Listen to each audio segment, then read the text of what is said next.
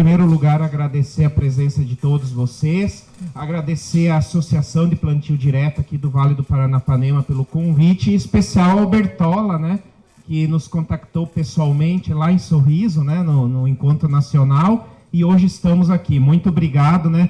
São essas oportunidades que são de fundamental importância, né, para a pesquisa, porque não adianta nós produzirmos informação junto com os parceiros, evidentemente, isso não ser transmitido a vocês que são os usuários. Então, hoje eu tenho o desafio aqui, né, de conversar com vocês a respeito, dentro do sistema plantio direto, como melhorar o perfil do solo, principalmente relacionado ao perfil estrutural, ao perfil físico. Então, o foco da palestra vai ser no perfil físico, na estrutura do solo. Então, para atingir esse objetivo, pessoal, nós dividimos a apresentação aqui, né, em 5 partes.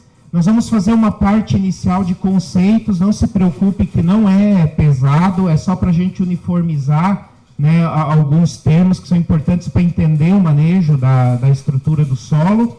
Depois nós vamos ver a relação que existe do perfil físico com o crescimento radicular e a produtividade das culturas. Vamos falar também um pouco sobre o efeito do perfil físico na erosão e também no tráfego, né, que às vezes a gente esquece, mas o tráfego hoje é um componente importante dos sistemas de produção de grãos. Estratégias para construção e preservação do perfil físico focado no manejo da compactação excessiva e, por fim, né, as considerações finais. Tá? Então, pessoal, o Jonatas, ele colocou muito bem na abertura aqui, né, que hoje a fertilidade do solo, ela não é só mais encarada sob o ponto de vista físico, químico, biológico. São as 3 coisas juntas. E esses 3 aspectos da fertilidade do solo, eles estão em ampla interação. Então, hoje, um solo fértil não é aquele só com maior teores de nutrientes e com acidez corrigida. Um solo fértil, né, o conceito dele é a capacidade dele produzir com sustentabilidade ao longo do tempo. E, para isso, entram também os componentes físicos e, com muita força, também o componente biológico. Então, nós vamos focar hoje na parte física, que é determinada basicamente pela estrutura do solo, né?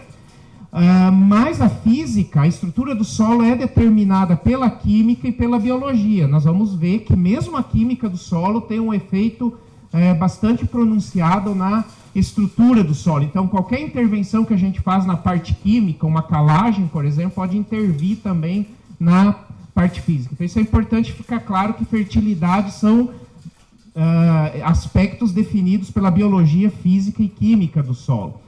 E no caso da química do solo, principalmente, eu tenho certeza que todos os senhores têm muito claro o que é um solo bom quimicamente, para a soja, por exemplo, né? Um solo com teores adequados de todos os nutrientes, equilibrados, com acidez baixa, com baixo alumínio, preferencialmente sem alumínio. Mas do ponto de vista de estrutura de solo, será que é claro o que é um solo bom fisicamente, um solo bom do ponto de vista estrutural? Nós não podemos falar aqui em construir perfil físico de solo se nós não soubermos o que é um solo bom fisicamente, do ponto de vista das culturas de grãos. É o primeiro passo, né? Nós temos que saber o que é bom para daí buscar o que é bom.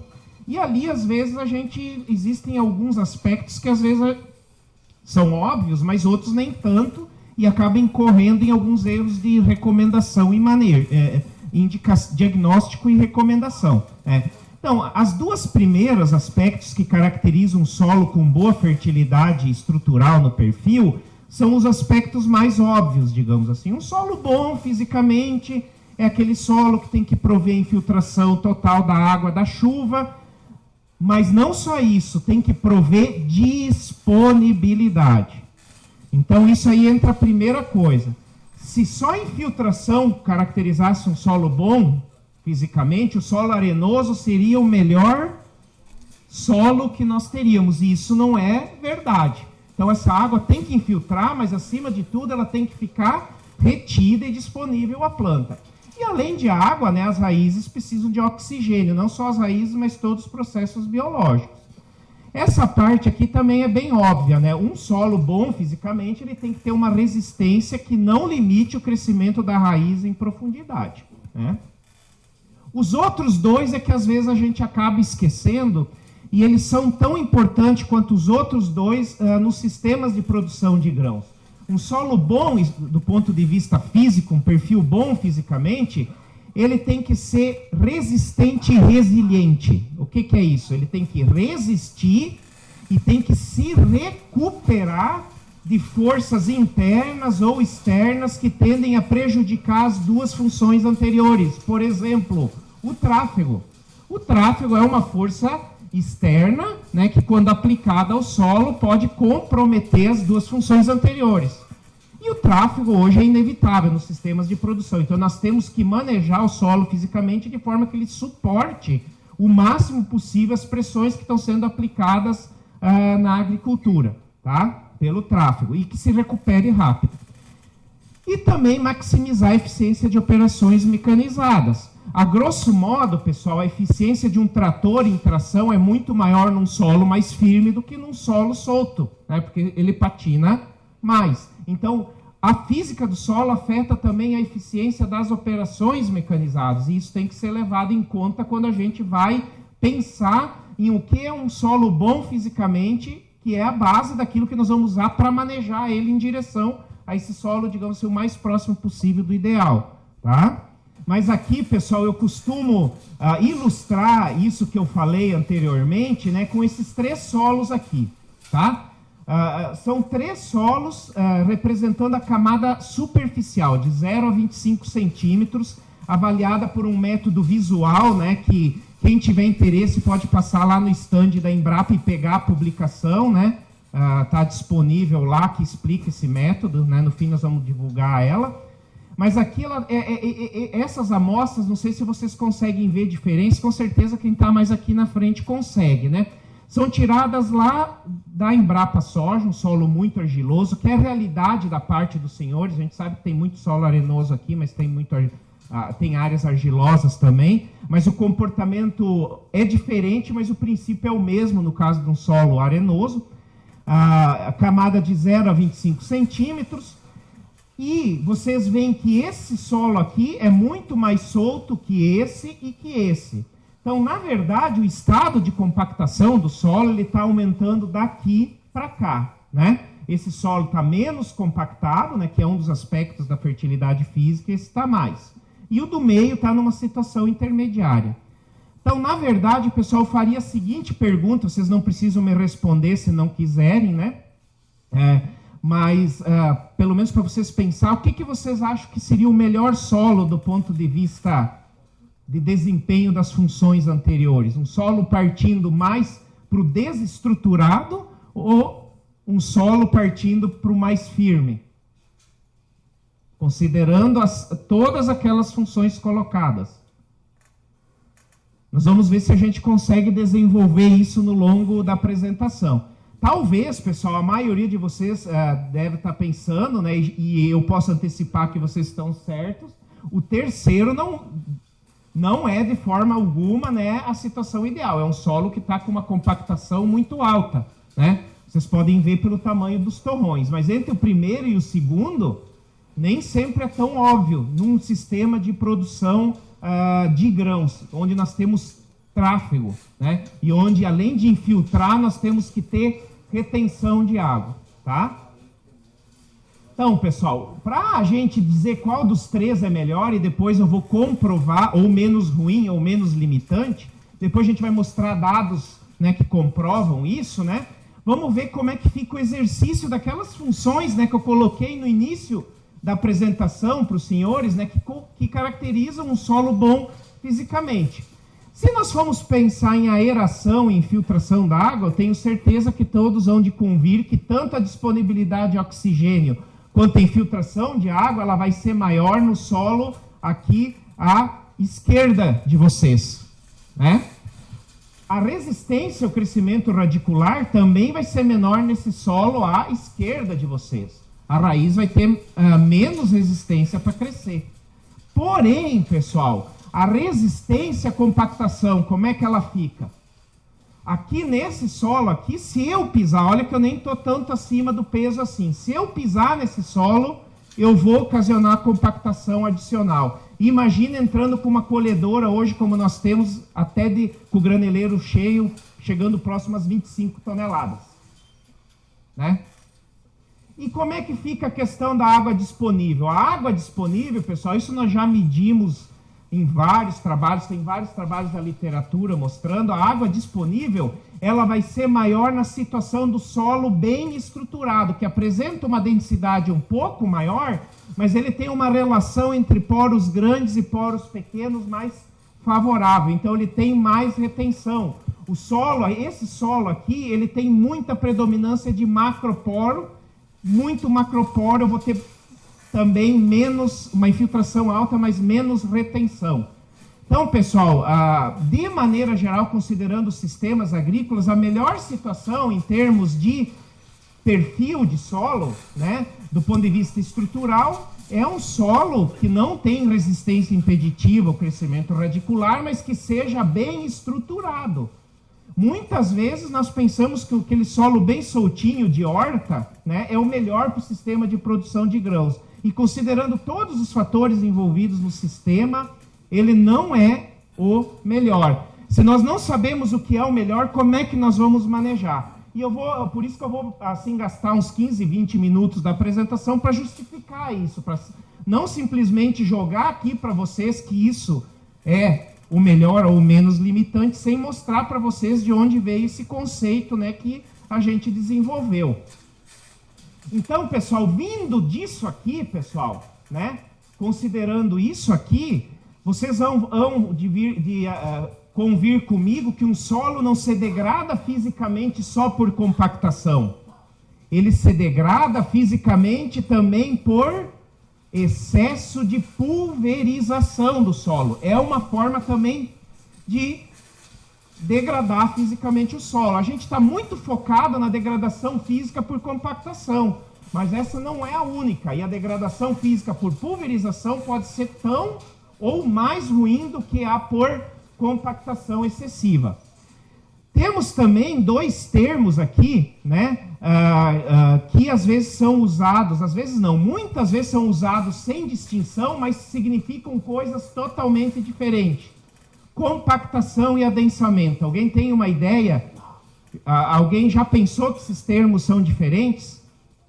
Estamos ainda na parte conceitual e é importante porque o manejo é diferente. Então, ambos, né, se constituem processos de redução da quantidade de poros do solo, com a consequente aumento da densidade, deixa o solo mais denso.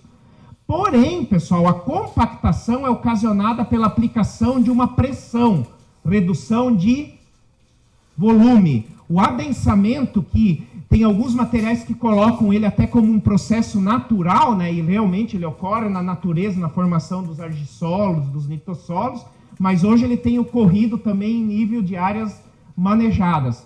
O adensamento é aquela redução da porosidade que é ocasionada por entupimento de poro devido à descida de materiais finos, como as argilas. Então, o adensamento, pessoal, nós não vamos entrar em detalhes hoje, porque se nós fosse falar da degradação física por adensamento, talvez a gente levasse todo o tempo da palestra, e é uma coisa ainda que está em estudo, a magnitude disso, da importância. Mas uma das coisas que já foi comprovada em laboratório, e até num trabalho que nós estamos conduzindo com a UNO Oeste, num solo arenoso aqui em Presidente Prudente, é que em solos com argilas predominantemente cauliníticas. O que é caulinita, né? É um tipo de mineral do solo que faz parte da argila. Então, não é em todo solo que isso vai acontecer. Naqueles solos com predomínio desses argilos minerais 1 para 1, a caulinita, aplicação excessiva de calcário em superfície pode levar à dispersão dessas argilas.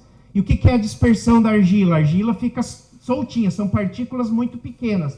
Essa argila, com a água da chuva, ela desce e se acumula na camada em torno de 10 a 20 centímetros, gerando uma camada adensada. Tá?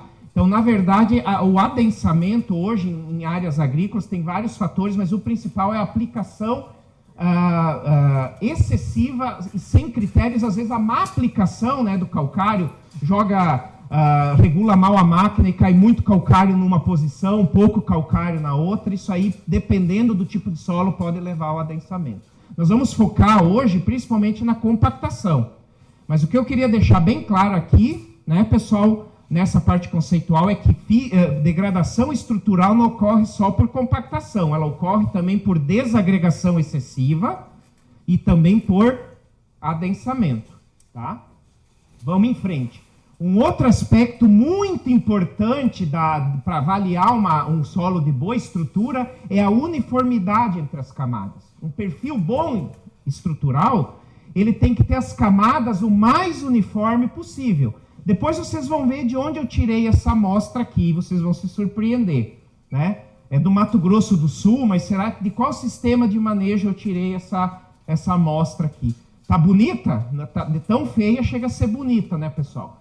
Um solo totalmente desagregado na camada superficial, não sei se todos conseguem ver, e embaixo um tijolo. Ou seja, no caso de uma chuva forte, o que vai acontecer?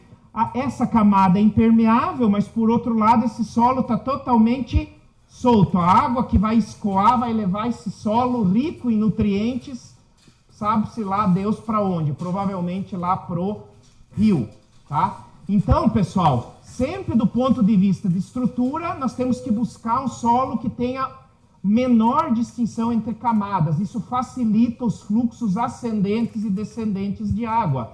Então, vocês olham aqui, ele tem uma camada compactada, aqui o solo está solto e aqui o solo está solto. Nesse primeiro vídeo, a água vai descer, então pode rodar aí. Então, vocês vão ver que a água vai descer, isso aí foi feito, foi o pesquisador da Embrapa Trigo, né? Depois, quem não conseguir ver, a gente no final pode apresentar aqui de perto. Vocês vejam que a água entra facilmente na camada solta, mas quando ela chega na camada compactada, ela não desce para a camada solta que está embaixo. Por quê? Porque essa camada compactada ela tem tanto poro pequeno que os poros grandes de baixo não conseguem puxar essa água. Então, na verdade, você fica só com a camada acima da camada compactada como espaço, né, para poder infiltrar. Então, a restrição que ocasiona a infiltração é imensa, uma camada muito diferente, né? Mas a principal diferença é essa, pessoal. Nós não levamos em conta, nos nossos sistemas, a chuva que vem de baixo. Eu costumo dizer a chuva que vem de baixo, que se chama os fluxos ascendentes de água. Existem pesquisas mostrando que 60% da água evapotranspirada por uma planta vem de fora, vem por ascensão capilar, né? Todo mundo deve ter um vaso de planta em casa que coloca água no pires, né, e a água sobe por capilaridade. Então isso acontece no solo. Vamos ver o que acontece num solo que tem uma camada compactada e em cima uma camada solta? Pode soltar. Quem não consegue ver, eu vou descrevendo aqui, tá? A água vai subindo, agora ela acabou de atingir a camada compactada, e a grande questão é, ela vai subir da camada compactada para a camada mais solta? A grande questão é essa, ó, ela chegou no limite da camada compactada aqui e não subiu, ela se espalha na camada compactada e ela não sobe para a camada mais solta. Ou seja, quando você tem um solo muito segmentado em termos de camada, uma camada solta e outra compactada, a água que vem de baixo, ela chega até a camada compactada, mas subir até a camada onde eu tenho mais nutrientes, ela não sobe. É por isso, pessoal, que teve uma vez que eu tive a oportunidade de visitar uma área de algodão, segunda safra, no Mato Grosso, e nós víamos que tínhamos manchas do algodão melhor, e o algodão estava tudo ruim, e tinha manchas que o algodão estava melhor. Nós fomos onde o algodão estava melhor, dava a impressão que o solo estava mais duro. E aí fizemos a avaliação, na verdade, na área onde o algodão estava melhor, apesar de estar mais compactado, o perfil era contínuo. Então a água lá de baixo estava chegando na zona onde o algodão tem mais raiz e onde há mais disponibilidade de nutrientes. Então, pessoal, quando vocês forem avaliar o perfil físico de solo na área de vocês, busquem sempre manejar ele de forma a deixar ele o mais equivalente possível. Isso é um bom perfil de fertilidade física de solo, tá? Então, pessoal, finalizando a primeira parte da apresentação, né, fazer um resumo do que é importante. O conceito de fertilidade estrutural ou fertilidade física é mais amplo que o de compactação. Um solo compactado, ele sempre tem baixa qualidade estrutural. Mas um solo pouco compactado aqui no sentido de desestruturado, nem sempre possui uma alta qualidade estrutural. Então, a qualidade estrutural ela pode ser degradada por compactação e adensamento, mas também por desagregação. Isso é importante vocês entenderem para não tomar uma atitude desnecessária, gastar dinheiro à toa, tá? E isso leva a erros de diagnóstico e recomendação. Ficou clara essa primeira parte? Vamos adiante. Agora vem a parte que eu vou provar para vocês, né, pessoal? Tentar provar, né, que aquele perfil do meio é o menos limitante, tá? Então, com relação ao crescimento radicular, o que vem sempre na cabeça, e é verdade, um solo bem solto, né, a raiz vai ter menos resistência física para crescer. Aliás, se você deixasse ela em hidroponia, o crescimento seria máximo. Qualquer pequena resistência a raiz vai sentir. Tem que ver qual resistência é crítica. Você pode tolerar um pouco de redução de crescimento radicular sem problema. Mas uma coisa que eu vejo muito engano, pessoal, é que não é só a resistência o único impedimento físico ao crescimento radicular. O que mais que a raiz precisa para crescer? Além de ter um meio que permita ela crescer, o que ela precisa para crescer? Fisicamente falando, ela precisa de água. Então, eu vou mostrar uns vídeos feitos com dados reais, está publicado esse trabalho, e nós vamos ver onde que a raiz de soja cresceu mais, num ano seco ou num ano com água. Já vamos ver.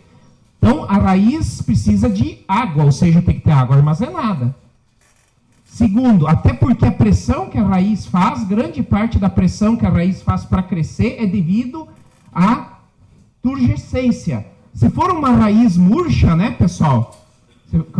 Se for uma raiz murcha, ela vai ter dificuldade de exercer pressão para vencer a resistência, tá? Ela precisa de oxigênio, porque a raiz ela respira, então há necessidade de oxigênio. Os processos de crescimento e absorção de nutrientes requerem energia. E eu tenho que ter uma temperatura favorável. Se você pegar um solo sem cobertura nenhuma, ainda mais um solo arenoso, você pode ter água, pode ter uma baixa resistência, mas se você tiver uma temperatura muito alta, o crescimento radicular vai ser comprometido, até porque o crescimento da parte aérea também vai comprometer, vai sobrar menos energia para a raiz. Nós medimos o crescimento da soja em 2 safras, 2008, 2009, 2009, 2010. 2008, 2009 teve seca no vegetativo, 2009, 2010 não teve. É a mesma parcela, a mesma cultivar, mas anos diferentes, e o fator que variou principal foi a seca. Vamos ver onde a raiz cresceu mais? Pode passar os 2 vídeos. Aqui em cima é com seca, aqui é com disponibilidade hídrica adequada. Solo argiloso lá de Londrina. Não sei se o pessoal mais do fundo, né, eu acho que tá um pouco difícil de ver. Mas aqui quem está na frente já está vendo que onde eu tinha disponibilidade hídrica adequada, o crescimento em volume, principalmente em profundidade, é muito maior. Então, o que a gente pensa geralmente no ano seco? Que o milho, a soja, vai aprofundar mais a raiz. E quando nós obtivemos esse resultado, isso nos surpreendeu. Quando você mede raiz, não é isso que acontece. A raiz precisa de água para crescer. Então, numa condição de seca, você vai ter limitação ao crescimento radicular. Então, você vê aqui, ó, ano seco, ano com disponibilidade hídrica adequada, um crescimento radicular muito maior no ano com disponibilidade hídrica adequada, porque a raiz precisa de água para crescer, e porque a água atua como lubrificante, e isso ajuda a raiz a superar a resistência, tá?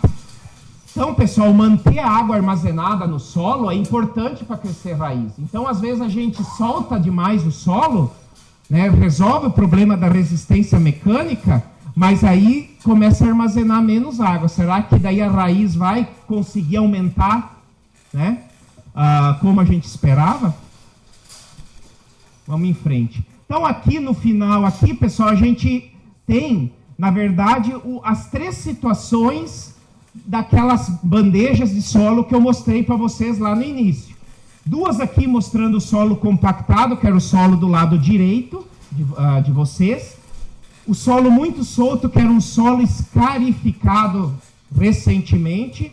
E o solo do meio, que era um plantio direto, um sistema plantio direto conduzido dentro daquilo que o Jonathan colocou, né, na abertura, de acordo com todos os preceitos. Então vocês vejam que no solo compactado houve redução de crescimento de raiz, e comparando o escarificado com o plantio direto, aqui bem feito, o sistema plantio direto, a diferença foi muito pequena, porque aqui tinha uma resistência menor, mas eu tive menos água. E isso, de certa forma, as coisas se complementaram, entenderam? Então, raiz, pessoal, moral da história, raiz não é só resistência, raiz é também água e oxigênio.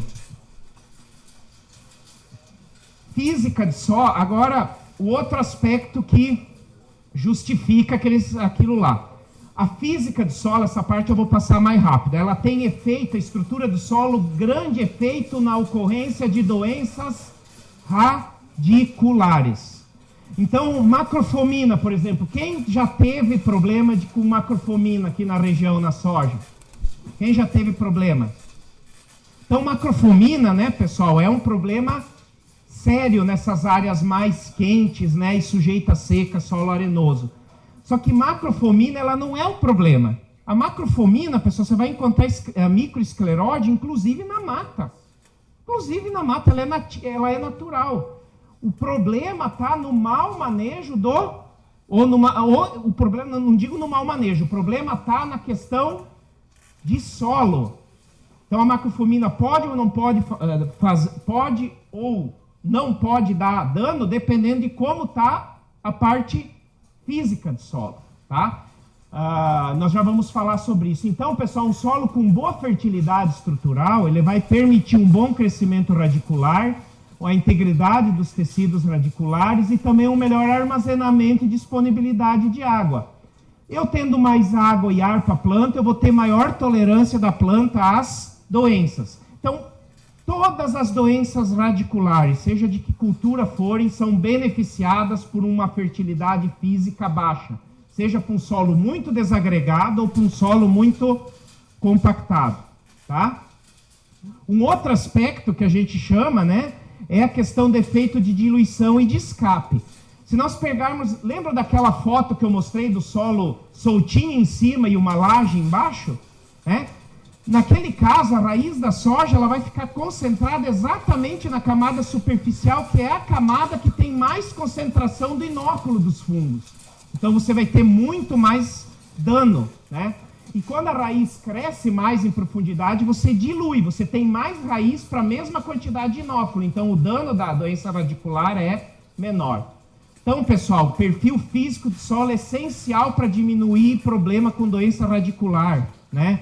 Dentro dessas doenças aqui, é mais responsiva a física de solo é a macrofomina, podridão de carvão, tá? Ela é favorecida, né, pessoal, por seca, por altas temperaturas e por plantas com sistema radicular pouco desenvolvido. Então, em áreas que eu tenho solo compactado ou solo muito solto que não tenho retenção de água e pouca cobertura, eu vou ter muito mais problema com macrofomina, tá? Só para vocês mostrar aqui um trabalho que foi feito, relação negativa da macrofomina com a retenção de água e com a estabilidade de agregados. Então, na verdade, a macrofomina é um sintoma, a ocorrência dela em grande magnitude é um sintoma de que o solo poderia estar melhor do ponto de vista físico, tá? Outra doença que é facilitada pela degradação física, agora por compactação, é a morte de plântulas, as fitópteras.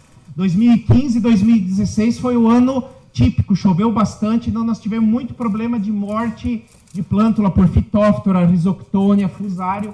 E essas doenças, pessoal, fitóftora principalmente, está no solo. Tendo água livre, o desenvolvimento do fungo, tá? Então, áreas com compactação excessiva, com baixa drenagem, como cabeceiras de lavouras, você vai ter muito mais incidência de morte de plântula. Então, morte de plântula, pessoal, é um sintoma claro de problema físico de solo na área. Inclusive, é uma boa pista para saber se o solo está bom ou não do ponto de vista de perfil físico de solo. Claro que tem interferência de cultivar, né? Mas independentemente de cultivar, né, solo sempre com problema físico vai ter mais fitóftora. E como fica, então, pessoal, a produtividade da soja e do milho segunda safra em resposta à qualidade estrutural do solo? É isso que vocês estão vendo, não é uma linha reta, é um trabalho que nós fizemos na Embrapa Soja. Isso tem se repetido ao longo dos anos. Eu trago aqui um ano que nós tivemos uma seca muito forte, que foi 2013, 2014, então ficou bom de mostrar. Aqui, pessoal, é a resistência à penetração, ou seja, quanto maior a resistência à penetração, mais duro, mais compacto está o solo. Então, vocês veem que a soja, ela perdeu produção quando o solo estava muito compacto, mas perdeu também quando o solo estava muito solto. E quais eram os tratamentos aqui? Aqui eu compactei o solo com 8 passadas de uma SLC 7200, uma máquina antiga que a gente tem lá na Embrapa. Então, um solo bem compactado. E aqui nós escarificamos. Então, pessoal, realizar uma operação mecânica sem necessidade, sem ter certeza de que ela é preciso, pode ser não só gastar dinheiro, pode ser baixar a produtividade, se dependendo da condição climática. E o milho? Plantamos milho na mesma área e plantamos trigo também. O trigo não trouxe por uma peculiaridade da região, mas deu o mesmo resultado no trigo também. Mesma coisa. Perdi produtividade do milho segunda safra no solo muito compacto, mas perdi também no solo muito solto, porque no solo muito solto a água não teve uma retenção na camada onde se tem mais nutrientes. Então, nós vamos falar sobre escarificação depois, a gente não descarta a escarificação, ela pode ser, né, uma alternativa, mas ela tem que ser feita como se fosse uma cirurgia. A tomada de decisão a respeito do manejo da parte física de solo por uma subsolagem, escarificação, tem que ser feita com muito cuidado, porque se não for necessário, pode perder. Então, onde que valeria a pena aqui escarificar, pessoal? Só quando eu tenho solo muito compacto, porque no curto prazo eu perdi menos no escarificado do que no muito compactado, mas eu nunca cheguei no meu potencial produtivo. Tá? Então, depois nós vamos falar mais, mas muito cuidado na tomada de decisão. E aqui o efeito do perfil físico, então, da estratificação das camadas. Aqui, pessoal, nós temos uma área em plantio direto contínuo e aqui uma área que, de vez em quando, é proposital isso, é feito gradagem. Uma gradagem média, digamos assim. Não é nem muito leve, nem aquelas gradagens pesadas com grade aradora de 36 discos polegadas. É com uma grade média, tá? Então, o que aconteceu na área onde você tem a gradagem de vez em quando, né? Para picar a palha do milho ou para arrancar alguma buva, um amargoso que escapou do manejo, né? Eu tenho que um solo solto em cima e embaixo eu tenho a formação o que no longo do tempo? De um pé de grade. E aqui está a diferença de produtividade no ano passado, ano que foi top em Londrina. 75 sacos na área de cima, não chegou a 50 sacos na área de baixo. Então, pessoal, acho que com esses dados de produtividade a gente justificou que o perfil do meio daquelas 3 figuras lá e o perfil mais contínuo são os melhores sob o ponto de vista de resposta no sistema de produção soja, milho, segunda safra. Tá? E a erosão, como é que fica? Vamos falar um pouco também do efeito que o perfil físico tem na erosão e no tráfego. De novo, o pessoal mais lá do fundo, eu acho que não vai conseguir ver. Aqui uma área totalmente arranhada, pessoal. Se você ver aqui de perto, está cheio de suco de erosão.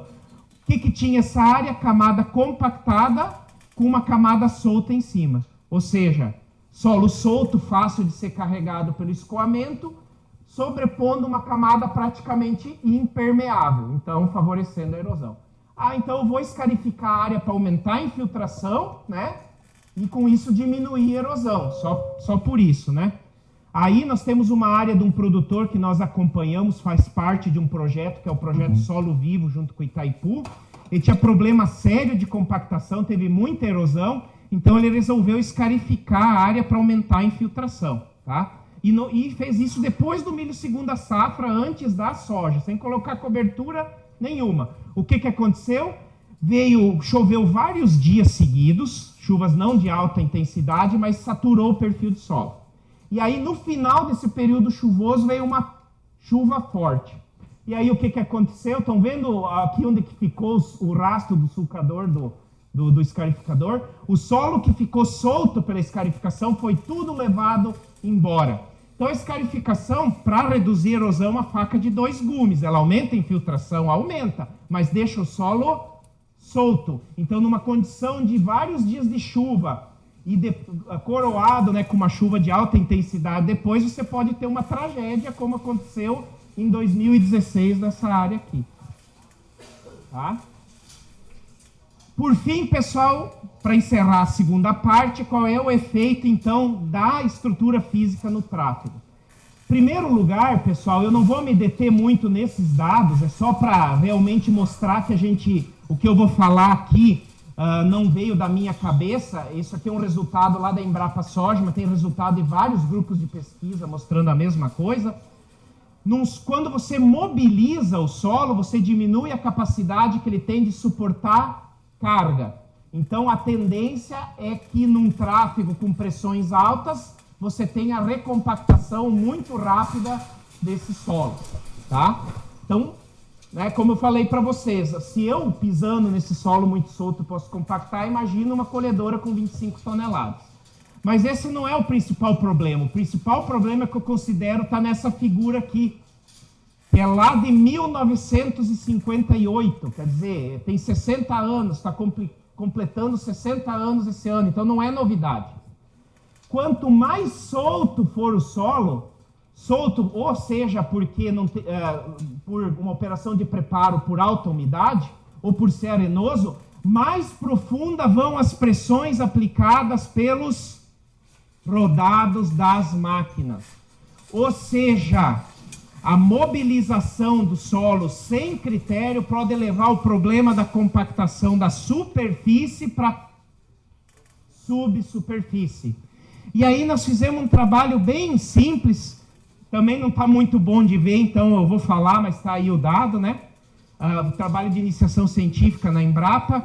Eu vou falar de várias máquinas antigas, que é o que tem lá na Embrapa Soja, né? É o que tem lá na Embrapa Soja. Então, aqui no caso, nós pegamos um CBT 2105, né? Quem que já teve a oportunidade de pilotar, eu digo pilotar, não é operar mesmo, um desses, né? Um CBT 2105, principal característica é essa que o Jonatas falou, freio ou implemento. Não, tem, se tiver engatado, implemento. Se tiver o sistema hidráulico de 3 pontos, né? O da Embrapa tem, tá? Mas qual é que é outra característica do CBT 205, além do Mercedão, né, empurrando ele do motor Mercedes, que é o caso lá? É o peso. Então, nós pegamos e fizemos vários tráfegos com o CBT numa área escarificada e numa área sem escarificação. E o que a gente observou, pessoal, depois, não sei se dá para ver, vocês vão ter que acreditar em mim, mas está aqui o resultado, é que já depois do segundo tráfego com o CBT, nós tivemos compactação acima de 3 megapascal a 60 centímetros de profundidade. Na área em plantio direto, estão vendo o vermelhinho aqui, igual a camisa do Inter, né, meu time lá do Rio Grande do Sul? A compactação ficou toda na superfície, ou seja, como é um sistema mais firme, né, essa camada mais consolidada na superfície do sistema plantio direto absorveu essa pressão. Então, cuidado, mais uma vez, pessoal, do jeito que eu estou falando, dá a entender que a gente, já puxando lá no manejo, né, que é a última parte que nós vamos falar, que a gente não recomenda a escarificação. Na verdade, a gente acha a escarificação uma ferramenta, mas ela tem que ser usada quando ela é preciso, e não porque o vizinho está fazendo. Não porque o vizinho está fazendo, tem que olhar a situação, porque ela incorre em riscos muito grandes, pessoal. Às vezes ela é necessária, mas tem que tomar cuidado, tá? Então, as causas da compactação, nós já antecipamos várias, né? A principal, né, é o tráfego em condições de solo plástico, mas se eu for na propriedade de qualquer um de vocês aqui e disser, não colhe essa soja que está há 7 dias embaixo de chuva porque o solo está muito úmido, provavelmente, na melhor das hipóteses, o Doberman, ou o pastor alemão, vai ser soltado da corrente para me tocar embora, né? Então, o que eu quero dizer é que é muito difícil hoje você controlar o tráfego em condições de umidade adequadas. Muitas vezes você vai ter que trafegar com o solo muito úmido. Então, nós temos que achar outras formas. O manejo inadequado da pastagem, nós vamos falar depois um pouco disso. Operações de preparo desnecessárias, sem critérios, né? Eu mostrei lá aquele sistema onde de vez em quando a gente faz uma gradagem, né? Formando aquele pé de grade, tá? Pode ser, no caso de áreas em plantio direto, sistema plantio direto, pode ser uma herança, entre aspas, ainda do convencional. Talvez entrou para o sistema plantio direto sem fazer as devidas adequações e ficou aquele pé de grade de anos e anos de convencional que não foi readequado antes de entrar no sistema plantio direto. Mas a principal causa, pessoal, já foi comentado aqui pelo Jonathan, é a baixa diversidade dos sistemas de produção. Nós estamos colocando menos palha e menos raiz do que a nossa biologia consome. Tá? E é a mesma coisa que você dá menos boia para o gado do que ele gasta para caminhar. Ele vai perder peso, e é isso que está acontecendo. Nós não estamos dando matéria-prima para a nossa biologia em quantidade suficiente. Tá? Esse é o grande aspecto relacionado à degradação da estrutura do solo. E é nisso, mais do que no tráfego, que eu acho que a gente deve investir. Tá? Geralmente a compactação, como aqui mostrada nesse trabalho, aqui a compactação, no caso aqui excessiva, ocorre na camada de 8 a 20 centímetros. Tá? Então, muitas vezes a gente... Claro que pode ter questão da correção química, que é outra coisa. Né? Mas você usar profundidades muito grandes no escarificador, às vezes não é necessário, porque a camada mais compactada, ela geralmente, em 90% dos casos, ela está a 20 centímetros. Então, para que escarificar 70 para romper camada compactada, se a maioria dos casos ela está 20? É gastar diesel fora. Tá? Então, vamos ver como manejar, que é a última parte, então, da palestra, já chegando à última parte, como manejar, que eu acho que é o tema principal que todo mundo quer ouvir, né? Como manejar essa compactação? Eu não posso deixar de falar um pouco sobre tráfego, rapidamente. Não é mais a minha área de estudo, eu tenho formação na parte de mecanização agrícola, mas não faço mais pesquisa nessa área.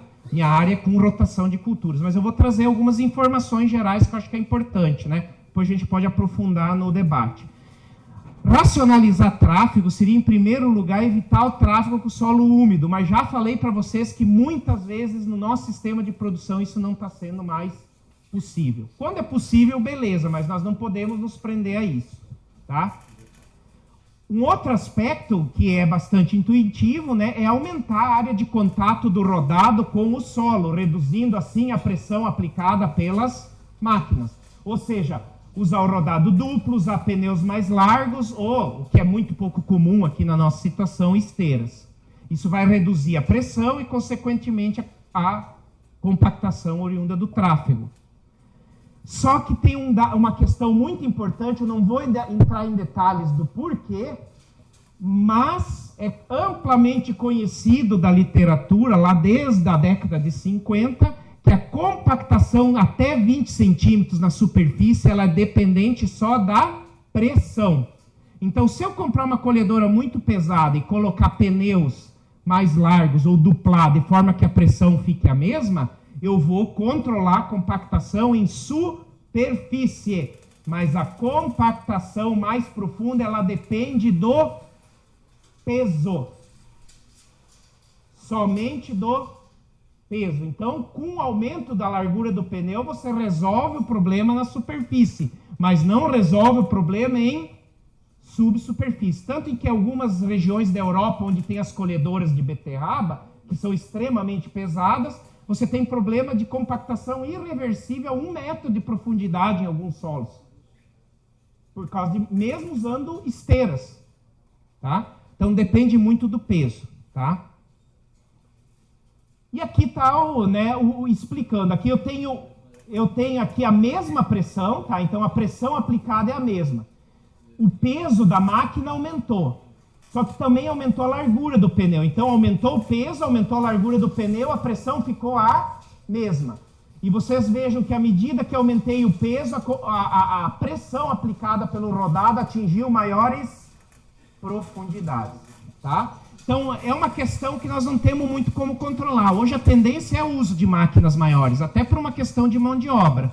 Mas nós temos que saber que o risco de compactação subsuperficial, eu estou mais preocupado com isso, pessoal. Degradação do perfil por compactação subsuperficial num futuro próximo. Então nós temos que estar preparados para isso e tem como evitar isso, que é dar boia para os bichinhos do solo.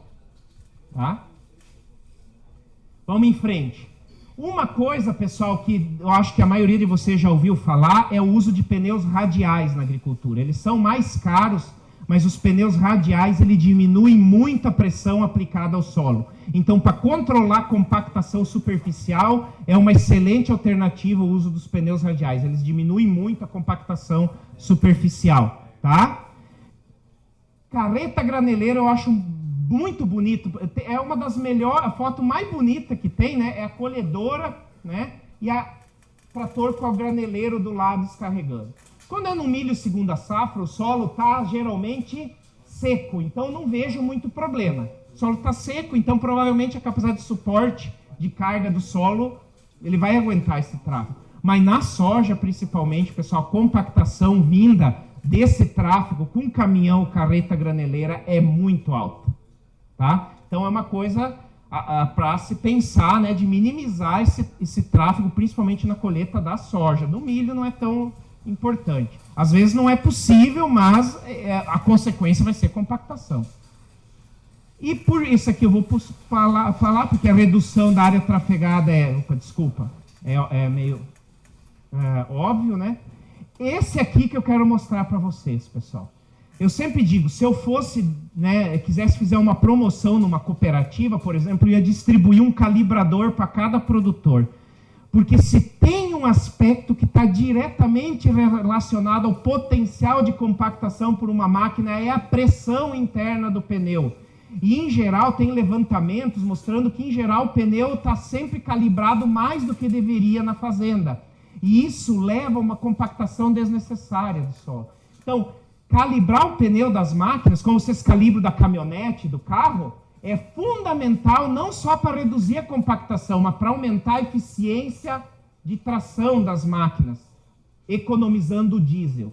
Então, pessoal, vamos dar um... Eu sei que as tarefas são muitas numa lavoura. Estou aqui falando mais uma, mas essa é realmente essencial para reduzir a compactação. Manter a pressão do pneu no ideal, no recomendado pelo fabricante. Pressões muito altas ou muito baixas vão aumentar a compactação, né? Aqui só mostrando o efeito do pneu radial e diagonal. Então o pneu radial, pessoal, ele tem o mesmo pneu, tá? A mesma dimensão. A área de contato do pneu radial é maior, porque ele se deforma mais, então reduz pressão. É uma área retangular, né? A outra é uma área mais elíptica, tá? E aqui, pessoal, a área de fora aqui é a área de um mesmo pneu com uma pressão de inflação menor. E a de dentro é com um pneu com uma pressão de inflação alta. Ou seja, um pneu muito cheio, excessivamente cheio, ele também diminui a área de contato, aumenta a pressão, compactação maior. Tá? Então, pessoal, se me perguntassem assim, do ponto de vista de racionalizar tráfego, o que é mais importante hoje que pode ser feito de imediato? É o controle da pressão de inflação, pessoal. É o controle da pressão interna dos pneus. É muito importante mesmo para reduzir compactação. Tá? E o boi? E o boi compacta? Né? O boi compacta. Olha aqui. Aqui tem uma tabela, pessoal, mostrando que um bovino, né, ele pode exercer pressões iguais a uma colhedora.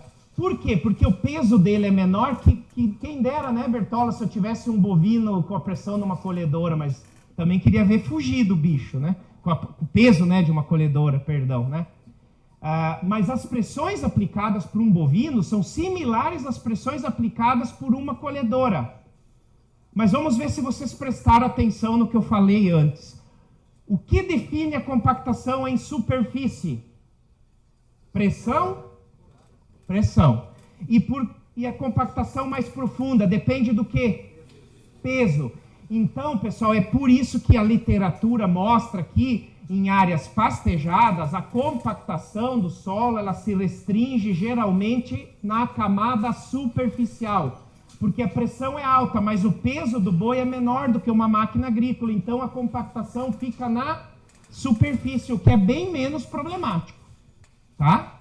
Pode ser, assim, grande parte disso pode ser solucionado com o sulcador, né? Então, pessoal, para minimizar o impacto do animal, não existe segredo, é adequar a lotação animal à capacidade de suporte da pastagem. Porque se eu deixar rapar muito, né, o que vai acontecer em primeiro lugar? O boi vai ter que caminhar mais para poder achar o que comer. Ao caminhar mais, eu nunca prestei atenção, mas nas 4 patas ele não fica, no mínimo ele fica em 3. Então a pressão, em vez de diluir nas 4 patas, vai diluir em 3. Então vai ter uma pressão muito maior, tá? E se a capacidade de suporte for muito grande, o efeito que a própria pastagem faz de amortecer o impacto da pata, a própria cobertura, ela amortece, é um colchão que amortece, ela vai sumir.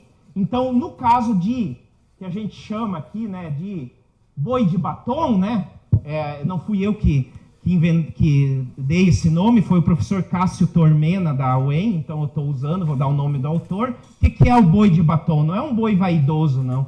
É o boi que está nessa situação aqui. Uma carga animal muito maior do que a pastagem pode suportar. E ele fica de batom por quê? Porque ele come terra junta e fica com o lábio vermelho, né? Fica rapando a terra. Aí nesse caso, pessoal, o boi vai caminhar mais.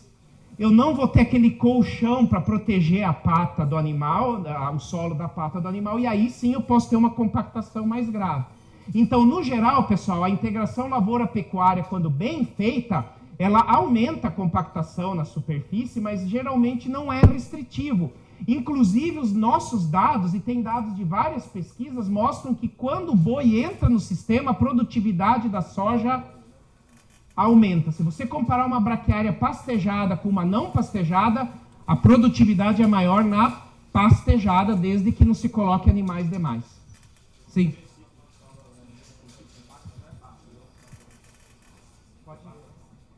O Jonas aqui colocou de uma maneira bem simples, o que compacta não é a pata, é a boca, e é verdade. É verdade, perfeito. Tá?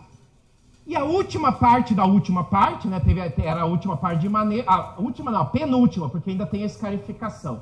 É o manejo biológico, pessoal. Então aqui o meu objetivo vai ser dar algumas alternativas que a maioria de vocês conhecem, mas principalmente convencer vocês que é possível manter a estrutura do solo em nível adequado às nossas culturas, sem precisar lançar mão de operações mecânicas, tá? Sem precisar lançar mão de operações mecânicas. E eu trago essa primeira foto aqui, que a natureza nos dá o exemplo, né, pessoal? Um solo de mata nunca recebeu ferro e nem fogo, né, pessoal? Fogo até pode ter acontecido, mas ferro, né, que eu digo, preparo de solo, nunca aconteceu. E tem uma estrutura perfeita, mas o que dá essa estrutura numa área de mata? Raiz e matéria orgânica compatível com o que a biologia come. Então, compatível com a demanda da biologia do solo. E aqui tem uma foto, pessoal, que para mim é melhor do que 5.000 dados para ilustrar, resumir a importância da palha e da raiz na estrutura do solo. Essas duas fotos, elas foram tiradas da área do Museu de Solos da Coamo, em Campo Mourão. É muito interessante aquela área porque eles têm uma área de mata nativa e eles têm uma área que foi desmatada e o solo não foi corrigido. Todo mundo, eu acho que você já deve ter ouvido falar de Campo Mourão, era a terra da samambaia, né? De tanto alumínio, tanta acidez e alumínio que tem naquela região. Então foi desmatado e não foi corrigido e começou a plantar soja e trigo. Sem corrigir o solo, não é que não produz soja e trigo, não produz nem palha de soja e trigo. A planta não cresce. E o interessante é que essa área de soja e trigo não tem tráfego, tá? O plantio, pessoal, tem o tráfego, mas tem uma grande área, o tráfego passa fora da parcela, tá? É regulado a bitola para passar fora. Então vocês vejam, pessoal, olha como é que era o solo quando eu tenho vida e um solo quando eu não tenho vida estimulada por palha e raiz. Quer dizer, não teve tráfego, não foi o tráfego que fez isso. O que fez essa compactação que está ali? Foi a falta de raiz e palha que levou o solo a morrer, a vida do solo a morrer. Tá? Então, pessoal, o segredo de uma boa estrutura do solo, o segredo vocês conhecem. O meu papel aqui é mostrar que isso é verdade mesmo. O segredo de uma boa estrutura do solo é investir nos insumos de sistema, que são palha e raiz. É isso que dá a estrutura. Isso serve de alimento para a biologia e é a biologia que vai gerar toda aquela agregação. E tem ainda o efeito direto da raiz formando os bioporos, né, que vão servir depois como caminhos para infiltração de água e para o crescimento radicular da soja e do milho. Tá? Aqui, pessoal, de novo, é um sistema que não é praticado aqui, depois nós vamos mostrar a situação do milho safrinha, mas eu acho interessante trazer. Compara essa área de rotação de culturas aqui lá na Coamo com essa área onde é 33 anos trigo-soja. Dá para ver a diferença ou não? 33 anos, pessoal, nunca entrou um escarificador, a única coisa que entrou aqui foi mais palha e mais raiz. Onde eu tive monocultura, eu tive a compactação. Onde eu não tenho monocultura, eu tive problema. Tá? E aqui, pessoal, lembra, essa foto eu mostrei lá no início, quando eu quis dizer que um perfil bom de solo é o mais contínuo possível. De onde ele saiu? Isso aqui foi tirado em Maracaju, numa área onde é soja, milho todo ano, e depois do milho, para dar aquela picadinha na palha e para arrancar algum pé de buva ou de amargoso que escapou do controle, é passado uma gradinha. Então foi aí que surgiu esse perfil aqui, né? Onde não foi a grade até melhorou um pouco, mas continuou ruim. Por outro lado, onde eu entrei com forrageiras tropicais em integração, eu não... áreas do lado, não tive esse problema. Então, na verdade, pessoal, infelizmente, o grande, né, responsável hoje pela degradação física do solo é a falta de diversidade de espécies vegetais. Eu gostaria de chegar aqui para vocês e dizer, não, pode ficar só com cultura comercial no inverno e no verão, isso vai ser bom não só para vocês, vai movimentar toda a economia da região, vai vender mais insumo, vai vender mais semente, vai gerar mais emprego, vai movimentar tudo. Mas não é isso que acontece. Até vai ser bom para nós da pesquisa também, que vamos ter mais trabalho ainda para estudar como produzir mais. Mas o furo é mais embaixo. Tá? Então, pessoal... o grande segredo, na verdade, para melhorar a parte física é investir em raiz. Não sei se o pessoal lá do fundo está vendo, mas isso aqui é raiz de Braquiária ruziziensis. Essa foto está lá no stand, né, da Cocamar, a gente, né, passou para eles também, está lá também. Então, isso aqui é uma trincheira de 1 metro de profundidade, mas, né, o Jonathan estava lá, o Bertola também, nós tivemos lá em Sorriso, né? E lá nós tínhamos uma braquiária consorciada com milho, em Sorriso, no Mato Grosso, 80 dias. Em que profundidade, Jonathan, estava lá? Eu tenho 80, acho que estava praticamente 80. Um pouco mais de 80 até, para baixo, eu acho que quase 2 metros, né? Estava, na verdade, a 2,20 metros. Em 80 dias, a raiz da braquiária, a gente separou a raiz da braquiária do milho, a raiz da braquiária tinha atingido 2,20 metros na condição lá de Sorriso.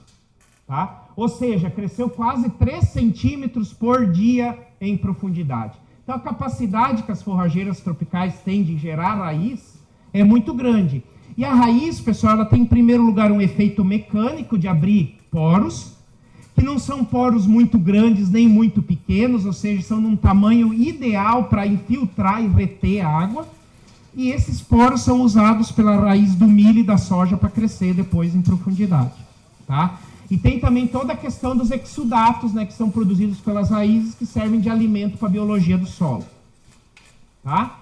Aqui, também foi lá trouxe muitas fotos lá do encontro. Tinha um pé de milheto aqui, no corredor, de onde nós tivemos o dia de campo lá. Então, um corredor extremamente compactado, e não sei se vocês estão vendo o que aconteceu onde eu tive raiz de milheto aqui, ó.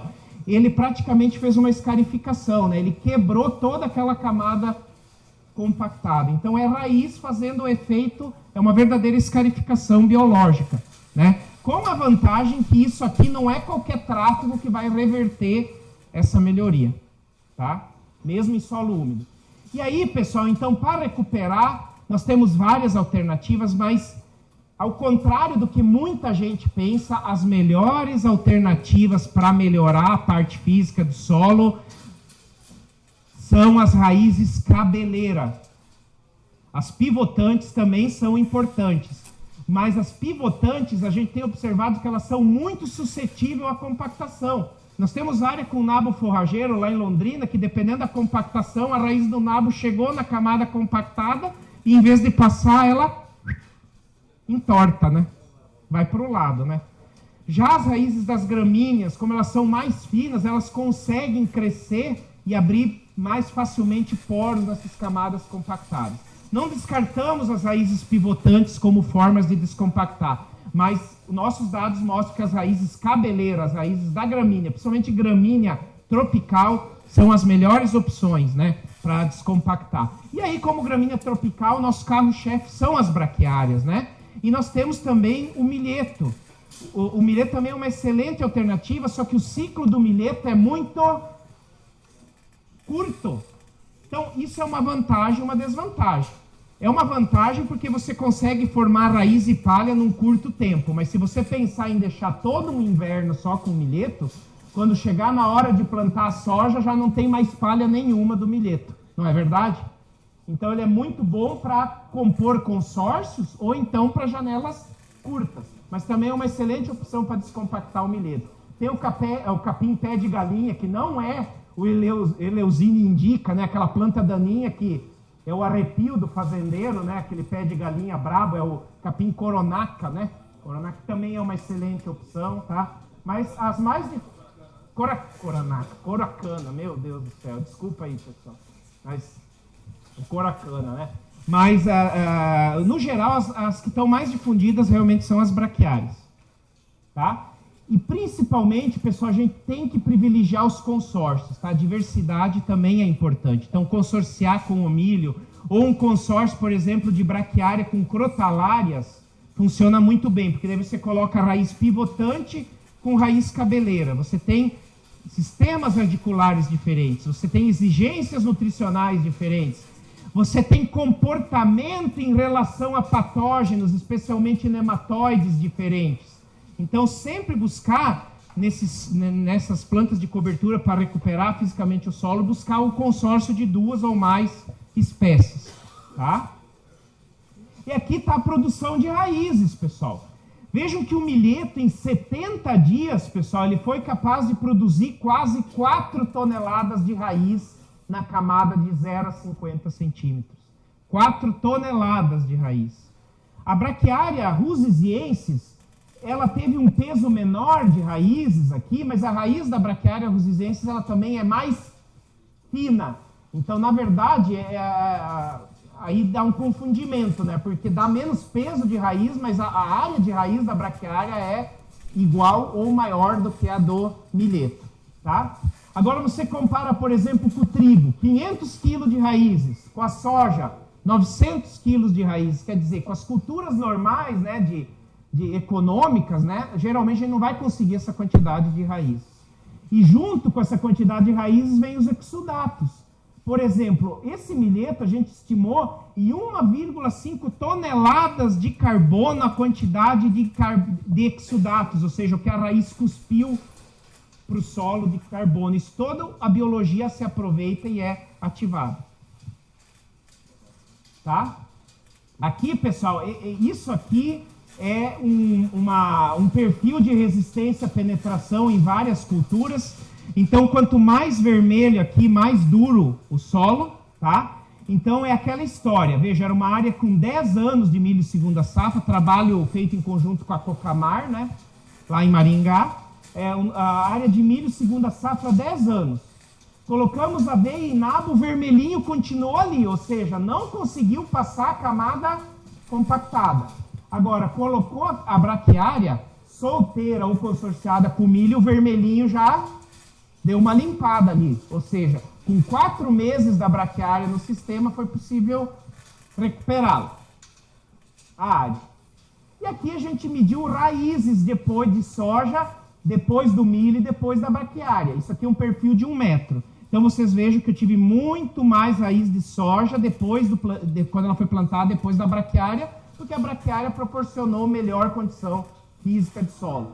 Vejam que na camada de 75 a 1 metro eu tive 2 vezes mais, 100% mais raiz de soja. Então não dá para comparar a capacidade de tolerar a uma seca, né? Uma condição de soja em cima de milho comparada à condição de soja em cima de rusisienses. E aqui é um trabalho recente, pessoal, que isso nos impressionou, medindo infiltração de água em áreas, foi um trabalho junto com a Emater e também com a Cocamar, que está aqui presente, né? Ali na região de atuação da Cocamar, né? Onde a gente comparou a infiltração de água em sistemas a nível de propriedade, só com milho e soja, ou sistemas onde entram a braquiária, consorciada ou solteira.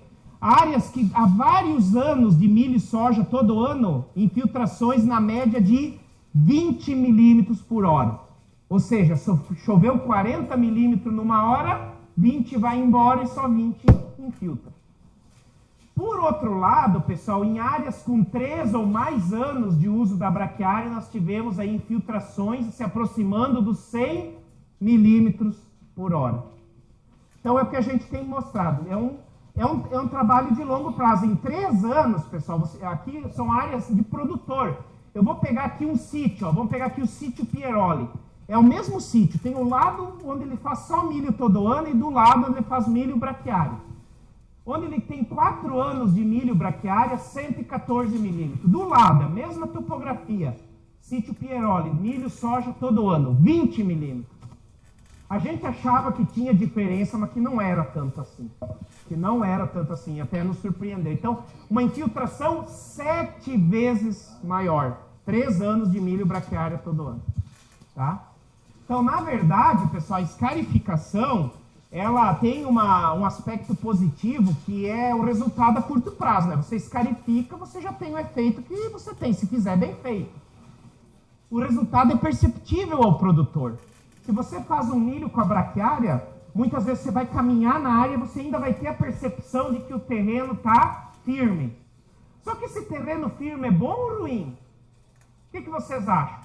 A raiz da braquiária já fez os poros e ela manteve o terreno ainda firme. O que significa um terreno firme? Ele vai resistir ao tráfego.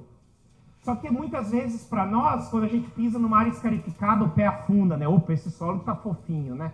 Então, dá uma percepção de que o solo está fisicamente bom.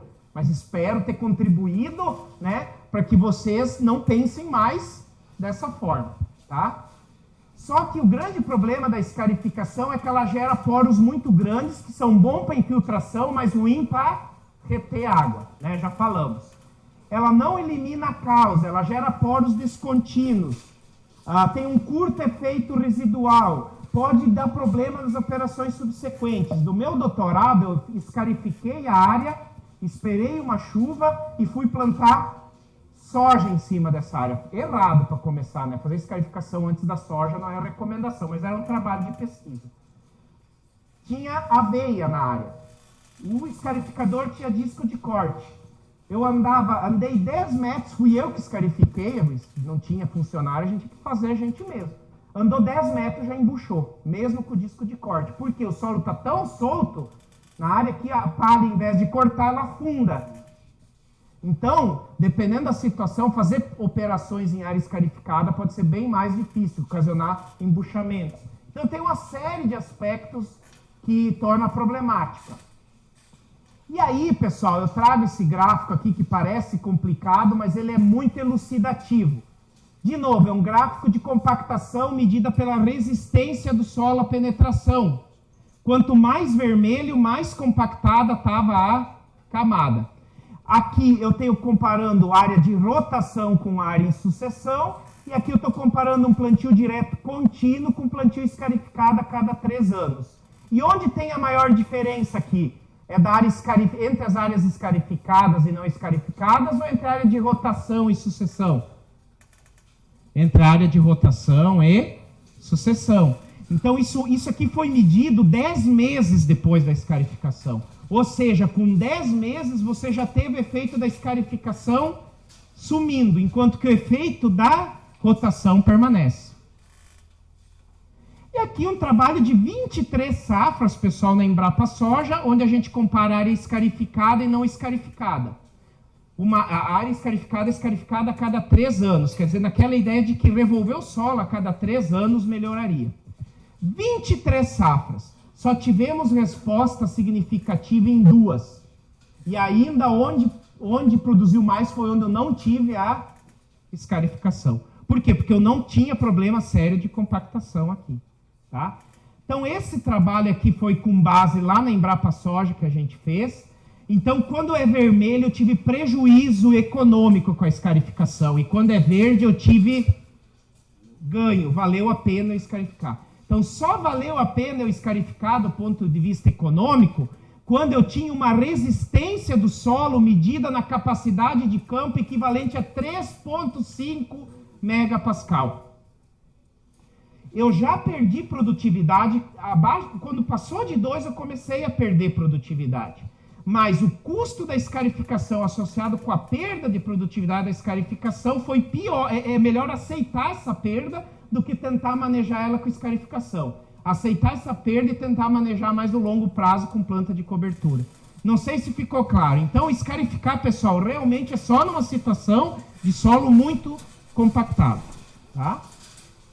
Então, qual é o nosso posicionamento em relação da escarificação? O principal é esse. Cirurgia, só onde realmente ela é necessária, porque ela é uma operação de risco, tá? E sempre associada a práticas biológicas. A escarificação sozinha não vai recuperar. Então, se tem que posicionar a escarificação, é depois da soja e não depois do milho segunda safra, como a gente vê, e colocar uma cobertura. A tendência, inclusive, pessoal, é fazer o plantio da cobertura antes e escarificar depois, para minimizar o tráfego na área. Então, tem algumas experiências no Mato Grosso que em áreas muito compactadas o produtor está plantando a braquiária e esperando ela se estabelecer e faz escarificação em cima da braquiária estabelecida, para não ter tráfego logo depois da escarificação e para já ter a raiz para estabilizar. Ou então, no caso de quem é de área mais fria, jogar a aveia a lanço antes, né, e escarificar na sequência. Funciona também muito bem. Evitar o tráfego depois da escarificação. Tá? E aí tem umas questões de regulagem aqui que pelo tempo eu não vou falar. E a parte de haste sulcadora, a gente vê o uso da botinha, pessoal, como bastante positivo, principalmente em áreas de integração lavoura-pecuária. Então aqui comparando a raiz de soja no disco e a raiz de soja em área onde foi usada uma botinha de ação profunda, que foi até demais, não precisa tanto. Foi demais, era um teste, tá? Não precisa ser essa profundidade aí, porque haja trator para puxar uma haste a essa profundidade e haja revolvimento de solo. Mas, de qualquer forma, isso mostra que minimizou bastante o impacto, né, da compactação superficial no crescimento radicular. E mexer localizado no solo com o uso da haste, o que tem sobrando no sulco de semeadura da soja ou do milho? O que tem sobrando no sulco de semeadura da soja ou do milho? Raiz, adubo e raiz. Então essa raiz vai estabilizar esse solo movimentado pela haste.